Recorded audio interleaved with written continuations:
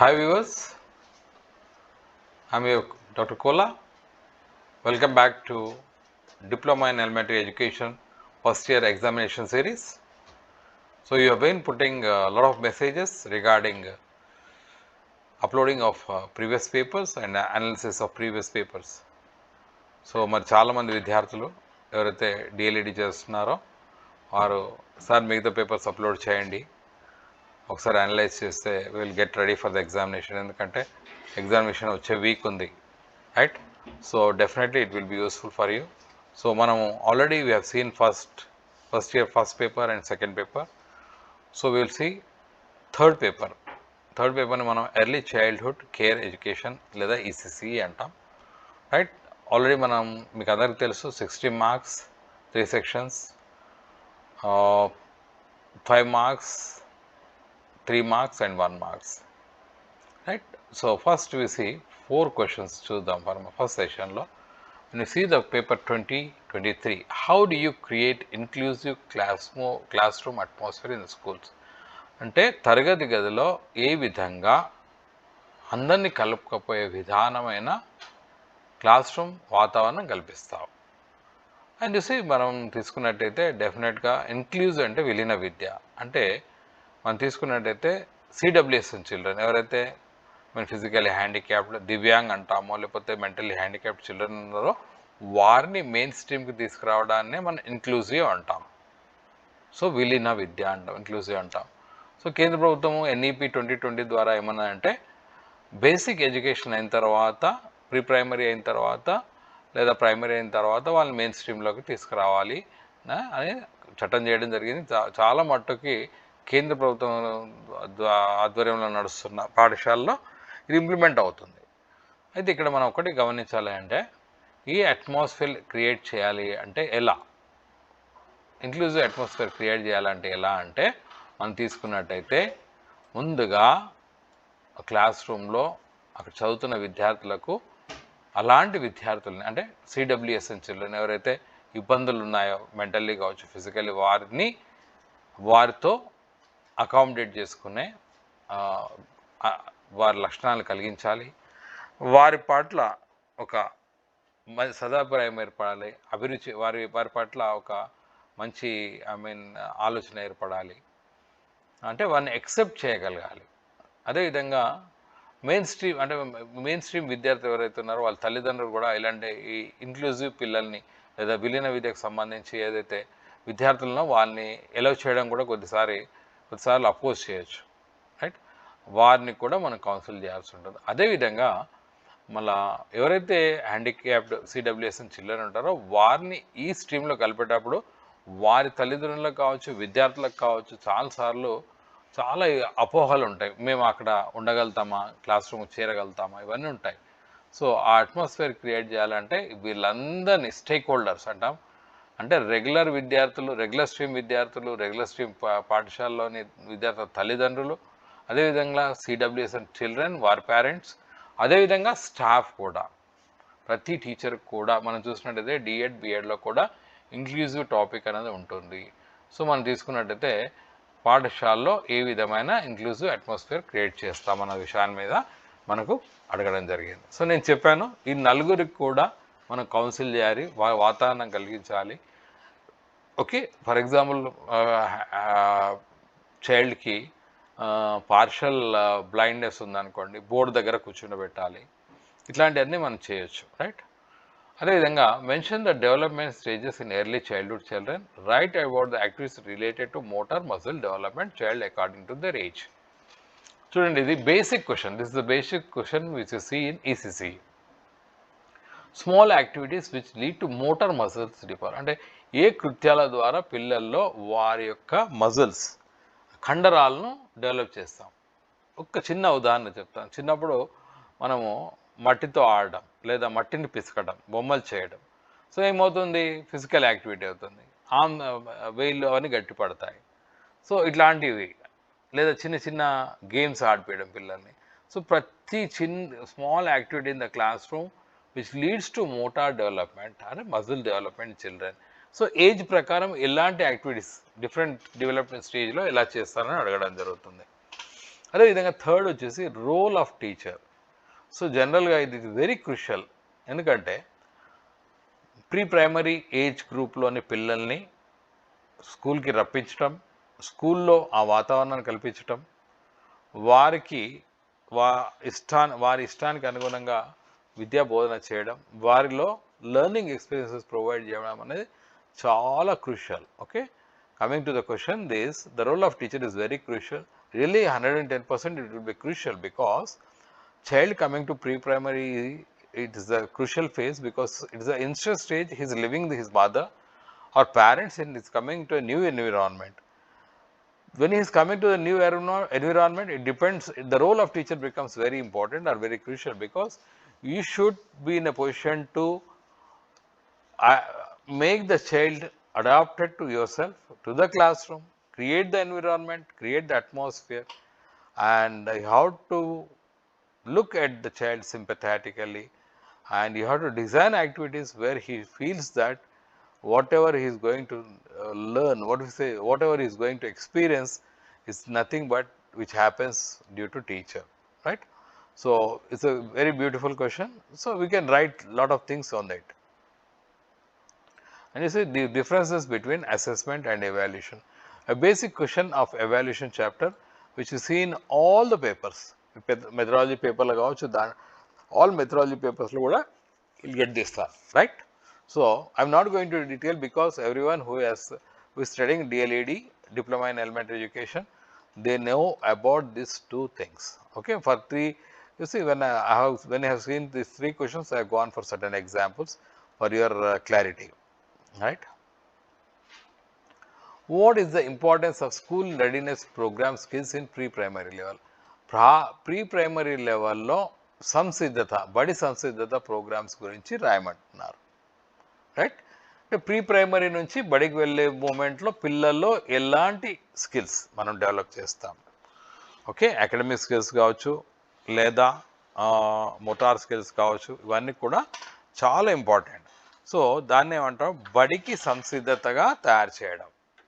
So ఇది మనం చూసినట్టయితే ప్రీ ప్రైమరీలో completely it is designed with the government. కాబట్టి మీరు అది రాయొచ్చు, మీరు కూడా ఇంకేమైనా కొత్తగా ఆలోచన చేస్తే రాయొచ్చు. You can write on your own. Mathematics skills ఎలా డెవలప్ చేస్తాం 3 నుంచి 6 సంవత్సరాల విద్యార్థుల్లో?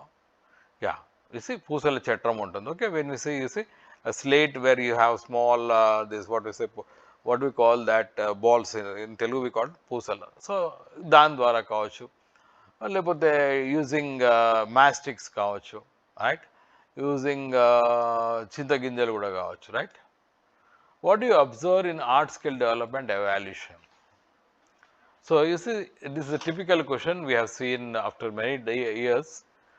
Art, you see, every child has some art. Okay, so how you evaluate that development? ఏ విధంగా ఆర్ట్ స్కిల్ని మీరు మాపనం చేస్తారు, రైట్? సో అక్కడ what you see is that what is the task, what is the art, and what type of message the child want to give. If it is singing, if it is dancing, if it's art, okay, basing upon that you have to go for the evaluations. Okay, right? State and fill the checklist table of development of movement skills. Right, it is there in the textbook, which you have to see. Okay, for every year how there will be movement, development of movement skills. Explain the areas that are helpful for all development of children. So every pedagogic curriculum aims at total comprehensive personality development, or what NEP says is that holistic development. That is nothing but all round development. So what are that areas అన్నది ఇక్కడ అడగడం జరుగుతుంది. What are the aims of early child care education? It's a basic question which there in the text.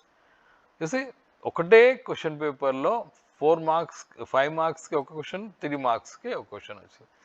What write about inclusive class room environment?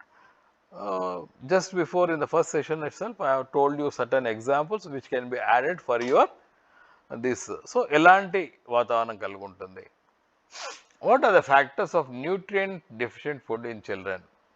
Yeah, పిల్లల్లో పౌష్టికాహార లోపం దేని కారణంగా ఉండొచ్చు? Okay, it may be due to the poverty of the parents, తల్లిదండ్రుల యొక్క ఆర్థిక పరిస్థితి కావచ్చు, లేదా పిల్లల్లో ఆహారం పట్ల ఆ, విసుగు కావచ్చు, తినాలన్న హ్యాబిట్ ఉండకపోవచ్చు, రైట్. చాలా విషయాలు కూడా మనం యాడ్ చేయొచ్చు. ఓన్లీ లేకపోతే మనం ఏం చేస్తాం, చాలాసార్లు మనం ఏం చేస్తాం, కార్బోహైడ్రేట్ బేస్డ్ ఫుడ్స్ ఎక్కువ ఇస్తాం, ప్రోటీన్స్ ల్యాక్ అవుతాయి. So all this also called as nutrient deficient food in children. Why do we have to cut and paste with old newspapers? Why?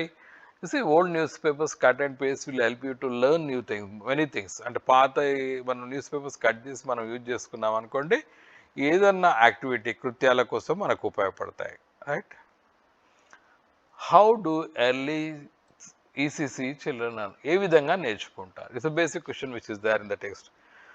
Okay, మనం తెలుసు, children learn by imitation, children learn by practice, children learn by habit formation, right? We can write number of things. What is the importance of play in school? ఆట ఎందుకు ఉపయోగం స్కూల్లో?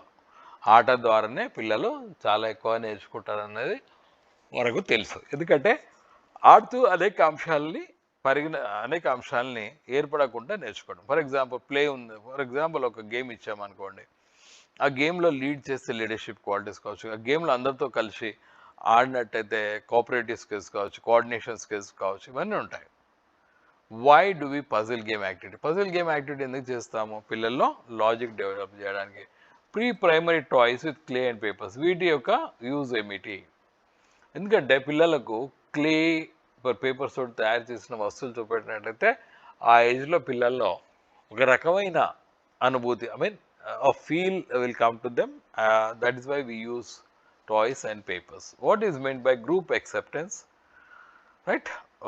You see, మన peer గ్రూప్లో 5-6 ఉంటారు పిల్లలు. So అప్పుడు when how they accept each other, that is very important. ఈ 6 గ్రూప్లో ఉన్న మెంబర్స్ అందరు కూడా పనిచేయాలంటే అందరు కలిసి పనిచేయాలి. అందరు పనిచేయాలంటే ఒకరినొకరు యాక్సెప్ట్ చేయాలి. దీన్నే గ్రూప్ యాక్సెప్టెన్స్ అంటాం. సమూహంలో ఒకరినొకరు అంటే ఒకరికొకరు సాయం చేసుకోవాలి. గిఫ్టెడ్ చిల్డ్రన్ ఏంటి? Above average and average above average విద్యార్థులు ఎవరైతే మంచి ప్రతిభావంతుల చిల్డ్రన్ గిఫ్టెడ్ చిల్డ్రన్ అంటే. ఎక్స్ట్రాడినరీ స్కిల్స్ ఉండి ఐక్యూ లెవెల్స్, ఇంటెలిజెన్స్ కోషెంట్ ఎక్కువ ఉన్నైతే గిఫ్టెడ్ చిల్డ్రన్. ప్రాజెక్ట్ మెథడ్ అంటే ఏమిటి? మీకు అందరూ తెలుసు, project method is nothing but a method where will do, for example will experience something in the class room, దాన్ని ఒక ప్రాజెక్ట్ కింద ఇస్తాం. అంటే రియల్ టైమ్ ఎక్స్పీరియన్స్ కలగడానికి we go for project method. Okay, project method was designed by Kilpatrick. So finger puppet, glove puppet picture దించమంటున్నారు మీరు అందరు కూడా. ఇది మీకు ఈసీసీలో ఉండే పేరెంట్స్ ఎడ్యుకేషన్. అంటే ప్రీ ప్రైమరీలో మనం ఏం చేస్తామంటే అప్పుడప్పుడు మీటింగ్లు కండక్ట్ చేసి పిల్లల్ని ఎలా ఉంచాలి, పిల్లల పట్ల ఎట్లా శ్రద్ధ వహించాలి, పిల్లలకి ఎలాంటి ఆహారం ఇవ్వాలి, పౌష్టికాలు, ఇవన్నీ విషయాలు కూడా చెప్పాల్సిన అవసరం ఉంటుంది. ఎందుకంటే చాలాసార్లు మనం చూసినట్టయితే ఫీమేల్ లో లిటరసీ ఏరియాలో ఈ ప్రాబ్లమ్స్ ఉంటాయి. సో అట్లాంటి టైంలో we go for parents education. How do you recognise the short sighted children? ఏ విధంగా పిల్లల్లో సైట్ ప్రాబ్లం ఉన్న వాళ్ళని మనం గుర్తుపడతాం? ఓకే, బుక్ చదువుతున్నప్పుడు వారికి అక్షరాలు కనిపించకపోవడం లేదా బ్లర్గా ఉండడం, definitely this indicates that there is a problem కదా, అక్కడ ఏదో ప్రాబ్లం ఉంది.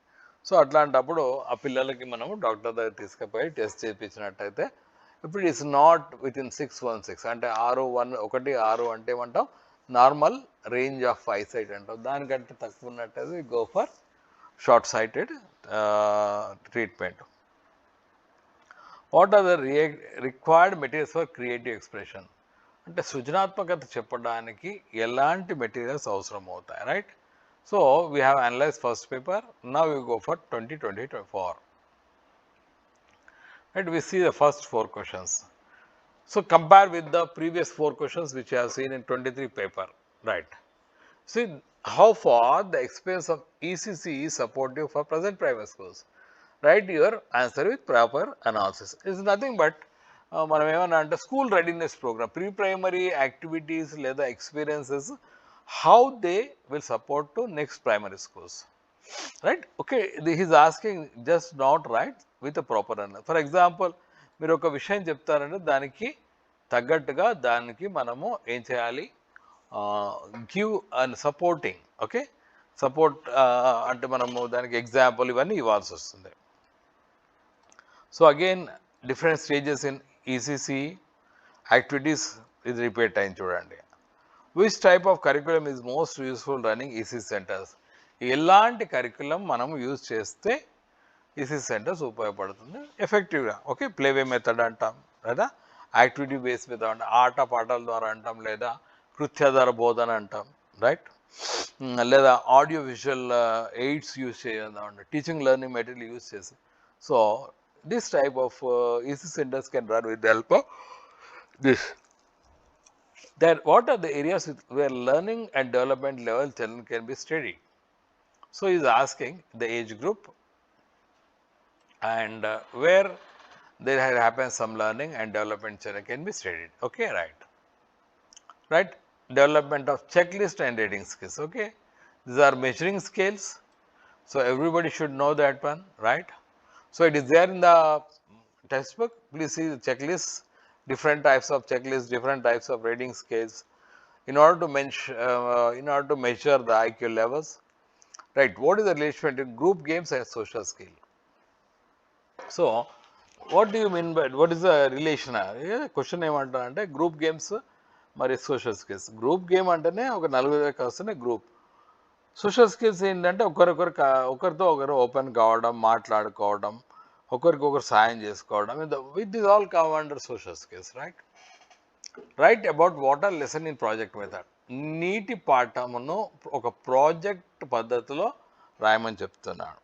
అదేవిధంగా స్పోర్ట్స్ అంటే ఏంటిది, అదేవిధంగా డిఫరెంట్ టైప్స్ ఆఫ్ స్పోర్ట్స్. ఇది ఒక విధంగా మనం చూసినట్టయితే కొద్దిగా అవుట్ ఆఫ్ ఈసీసీ పేపర్ వచ్చింది. ఇది general question.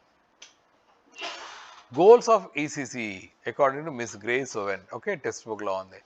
Factors to be taken into consideration while registering anecdotal record.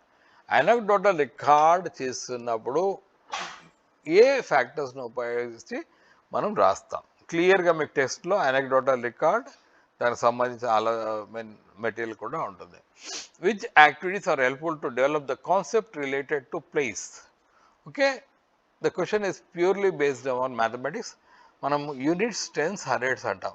ఈ కాన్సెప్ట్ నేర్పడానికి ఎలాంటి యాక్టివిటీస్ తీసుకుంటే మనం సక్సెస్ అవుతాం ఈసీసీ లెవెల్లో, రైట్. మళ్ళీ 12వ క్వశ్చన్ మళ్ళీ వచ్చింది, రిపీట్ అయింది. What is the role of teacher? Okay, ఇక్కడ ఏమంటున్నాడు, భాష అభివృద్ధిలో అంటున్నాడు. ఓకే,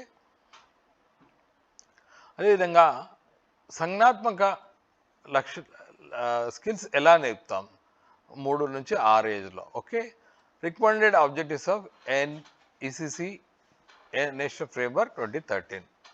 ఇవి కూడా మీరు టెక్స్ట్ నుంచి డైరెక్ట్గా తీసుకోవచ్చు. Okay, coming to section C, what is thematic approach? Direct question. Definition of special education, direct question from your text.